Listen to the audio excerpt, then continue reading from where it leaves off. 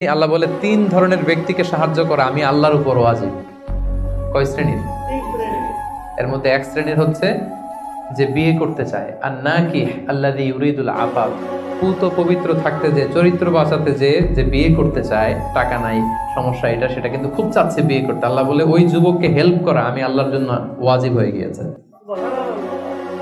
অনেকে বিয়ে করে না এই জন্য যে আগে ধনী হয়ে নেই, টাকা পয়সা কিছু হোক এরপরে বিয়ে করবো, কিন্তু ইসলামের সিস্টেম হচ্ছে আগে বিয়ে করো, এরপরে আমি আল্লাহ তোমার ধনী বানাই দেবো। ধনী বানায় দেয় কে? তো আপনি আল্লাহর সিস্টেমে চলবেন না আপনার সিস্টেমে? ধনী হওয়ার সিস্টেমই তো হচ্ছে আগে বিয়ে করতে হবে। সব সফল লোকেরা, ধনী লোকেরা দেখবেন যে আগে আগে বিয়ে করে গেছে। এজন্য আমরা যেন বিয়ে করে হালাল পন্থায় আল্লাহর দেয় যৌবনকে উপভোগ করি।